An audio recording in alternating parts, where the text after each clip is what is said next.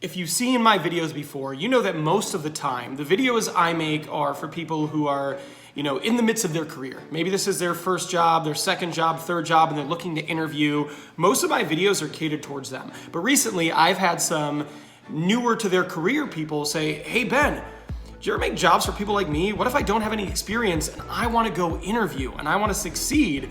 But all the job descriptions I see say you need this much experience, this much experience. Do you ever make videos for people like me? The answer is yes. Today, this is your video. I remember pretty vividly when I was first starting my career, not preparing well. And I would go to interviews without spending the necessary time to prepare. I wasn't focused on what direction I wanted to go. I specifically remember showing up, waiting in the lobby, going in and just blanking on multiple questions that were asked. And I remember leaving thinking, there is no way I'm gonna get that job. And guess what? I didn't get that job. So today I'm gonna talk about things that I wish I would have done differently, and that things that you can do if you are newer to your career, if you're entry level, if you're a fresher. That is a term I think that is used internationally. We don't use it here in America, but I kind of dig it. But this is for you. So these are the 5 things that I would do if I was in your position. I don't really mention preparing. That's almost a given. So that's not one of my bullet points, but absolutely for every interview, always prepare. But I'm gonna get into the 5 things I would do right now. So the first one I would do is be specific and choose a niche, right? So one of the things that I often see is that I'm open to anything. I talk to people who say, hey Ben, would you mind talking to me? I'm trying to figure out what I wanna do with my career. And I'll talk to them and they'll say, yeah, I'm open to whatever. It doesn't give me much help in terms of where I should direct you or how I should advise you. The same goes for interviewing. If you go to a company website and you apply to different roles that are in a bunch of different verticals, it makes it look like you don't know what you want. And that's not viewed positively. You want to be specific. And I know you might still be figuring that out, but what I would do, say if you're interested in sales, go after those sales roles, apply specifically to those. Don't apply to everything. When you talk to a recruiter, especially, or a hiring manager, don't say you're open to everything, but then it makes it seem like you're focused on nothing.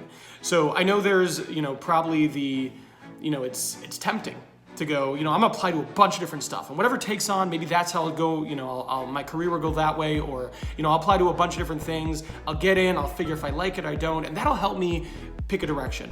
What I would say is do your research up front, pick a lane, and try to stick to that lane. The next thing, find examples of times you've been successful in your schoolwork, in projects, internships, volunteering, anything like that, where you can go and take the information and craft it into answers to interview questions would benefit you. So on one of my previous videos, and I'll link it here, we talked about behavioral interview questions. So it's, an example of this would be like, Ben, tell me about a time where you had to confront a colleague with a difficult conversation. That is a behavioral interview question. And if you have no experience, it's almost impossible to answer that from a work perspective. But if you're a new grad, you can talk about a project. Maybe the example is there is somebody who was in your group who was not pulling your weight. This would be like me in 2004. But say there's someone, that is an example, right? That right there can be your example to answer that interview question. The reality is, if you've done any volunteering or internships or you've done school projects, you have answers to interview questions that are commonly asked. You just have to look at them. So I would take some time to actually go through and chronicle some of the accomplishments you've had, some of the difficulties you've had, and the ways you've overcome them, because you might still get asked questions like that in an interview, even though you don't have any professional experience. The next thing I would do research. So once you've picked an area, I would try to figure out what makes people in this specific niche successful, right? So let's just say, for ease of example, recruiting.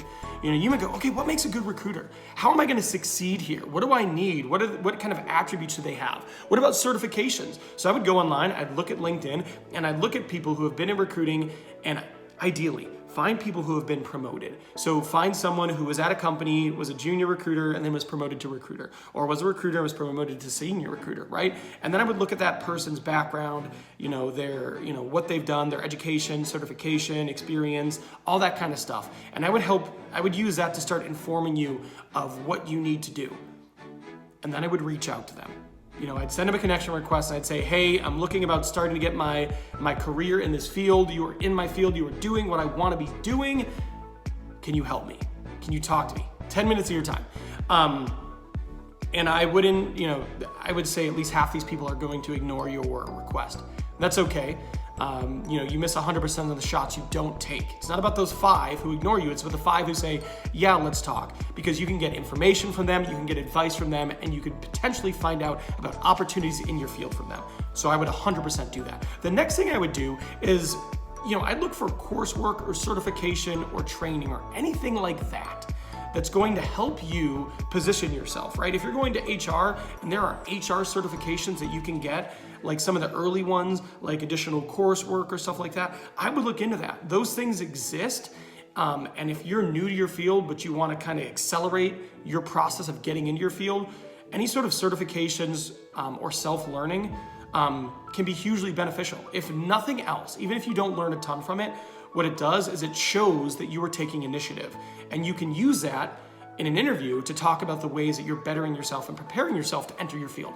The last thing I want to talk about is get recommendations. So if you know teachers or professionals, just, even if it's professional people that you haven't worked with, but they know you and they'd be willing to speak positively and write a letter of recommendation, it's one of those things where why not? Especially if you're struggling, if you're finding like, man, I'm having a hard time getting interviews. Once I get interviews, progressing past the first round, having somebody who can write a letter of recommendation, it doesn't hurt. I've never said, oh, I really like this candidate. Oh, a letter of recommendation, they're gone. It can help. So I always advise, if you can find a way to help yourself, do it. So there you go. Those are my 5 tips. If you are a recent grad and you are trying to find ways to get interviews and jumpstart your career, those are 5 things I would do. And again, I should have made this a point maybe, but prepare. Prepare for every interview. I could tell you first and foremost, that little bit of preparation, that can be the difference between getting an offer and not getting an offer. Thank you for your time. If you're seeing this on LinkedIn, please like and share something in the comments. If you have a question, ask it below. I answer every single question. If you're seeing this on YouTube, please like, please subscribe, hit the notification bell, and good luck on your interview. You've got this.